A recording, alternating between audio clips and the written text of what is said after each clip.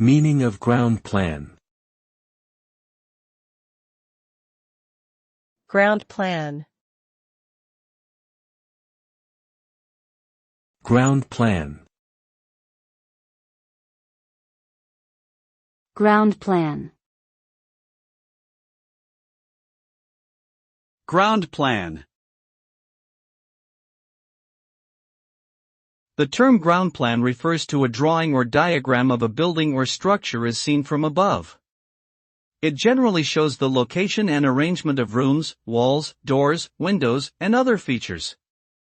A ground plan serves as a blueprint for construction or renovation projects and is often used by architects, builders, and engineers.